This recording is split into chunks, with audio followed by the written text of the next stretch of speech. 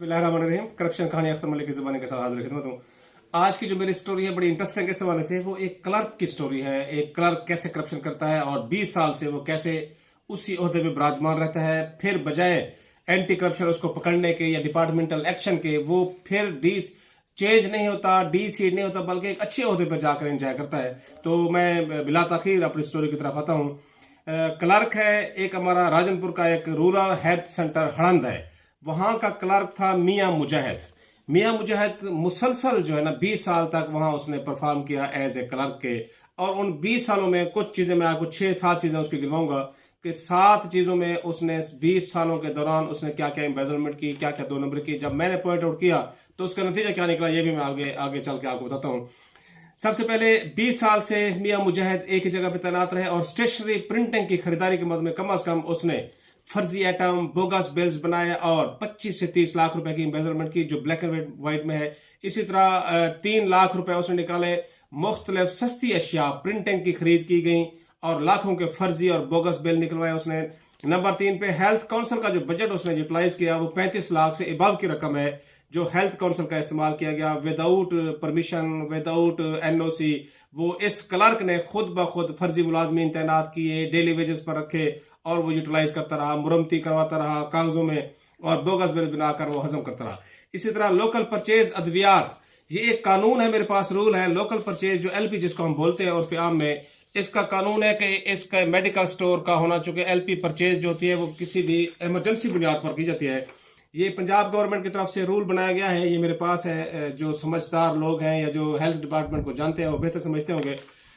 Criteria ये है कि मेडिकल स्टोर जहां से एलपी का खाता लगाया जाता है, लोकल परचेज की जाती है, उसका 15 किलोमीटर जहां पे आरएचसी है उसके सराउंडिंग 15 किलोमीटर के अंदर होना उसका जरूरी है। लेकिन मौसूफ क्लर्क मियां मुजाहिद ने एक ही अपना 20 साल से तैनात एक ही जगह पर क्लर्क ने है रूरल हेल्थ सेंटर अपना हड़ांद का, लेकिन जो उसकी लोकल परचेज जो मेडिसिन इमरजेंसी में यूटिलाइज की जाती है उसका खाता है जामपुर में, जो जामपुर मेरे ख्याल में 60 किलोमीटर दूर है और उसका कमोबेश जो ट्रैवल बनता है वो बनता है 1.5 से 2 घंटे। अब आप इमेजिन करें कि एक आदमी इमरजेंसी की हालत में रूरल हेल्थ सेंटर हड़ांद में जाता है और जब उसको लोकल परचेज या एलपी लगाई जाती है तो वो जामपुर से मंगवाई जाती है।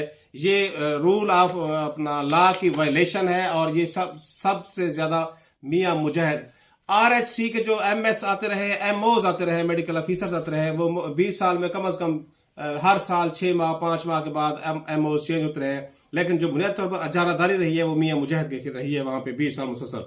अब पीओएल तेल जिसका खाता 40 किलोमीटर की, जिसका खाता शहर में होना जरूरी है पीओएल का, ये इस मियां मुजाहिद की मेहरबानी से ये भी 60 किलोमीटर दूर जाकर गाड़ी जाती है, वहां से तेल डलवाती है। इतना तेल जितना वो डलवा के आती है वापस उतना ही सर्फ हो जाता है। इट मीन्स कि सारा कुछ कागजों में और बोगस किया जाता रहा है इन 20 सालों में।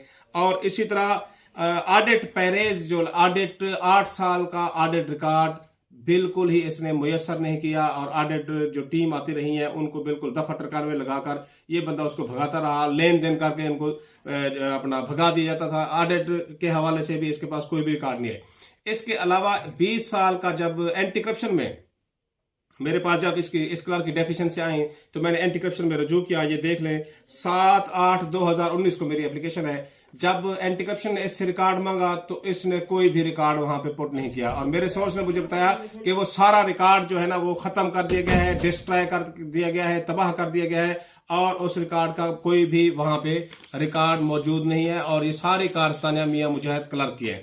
अब मुख्तलिफ कौमी अखबारात में इसके खिलाफ खबरें शाये होती हैं। ये देख लें, ये मुख्तलिफ कौमी अखबारात में खबरें शाये होती हैं। इसके अलावा मेरे पास इसके एविडेंस है कि ये एमएलसी डॉक्टरों से एमएलसी करवाने के बाद में ये पैसे जो मैसेजेस करता रहा है लोगों को, ये उसके मेरे पास एविडेंस है, ये आप देख सकते हैं।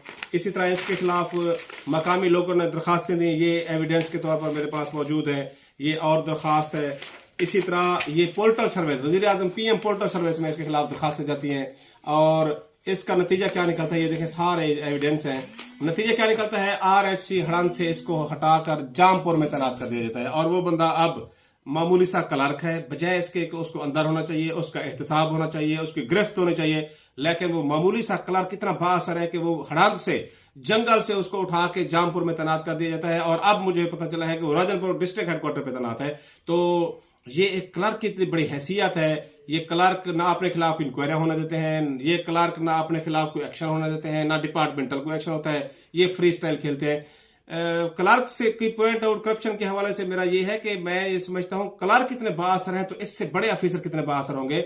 हम जब आवाज उठाते हैं तो हमें ब्लैकमेल के अल्फाज से, अलकाबाद से नवाजा जाता है, और जब डिपार्टमेंटल एक्शन या एंटी करप्शन एक्शन की बात आती है तो कुछ भी नहीं होता। 2019 की मेरी दरखास्त अब तक पेंडिंग है, 7-10 बार, जितनी बार तो मुझे बुलाया गया, चक्कर लगा चुका हूँ, एविडेंस दे चुका हूँ, गुफ्तगू कर चुका हूँ, रिटर्न दे चुका हूँ, लेकिन अभी तक मियां मुजाहिद जो क्लर्क है वो फ्री स्टाइल खेल रहा है, उसके खिलाफ कोई एक्शन लिया गया। मैं खराज तहसीन पेश करता हूँ पाकिस्तान तहरीक इंसाफ के कायद इमरान खान को, जो बड़े बड़े माफियाज के साथ टकरा रहा है और बड़े बड़े माफियाज के करप्शन को बेनकाब कर रहा है। यही वजह है कि पूरी कौम उसके खिलाफ, पूरी कौम इमरान खान के साथ खड़ी हो गई है। मुझे उम्मीद है कि आप मेरी इस छोटी सी काविश को जरूर सराहेंगे।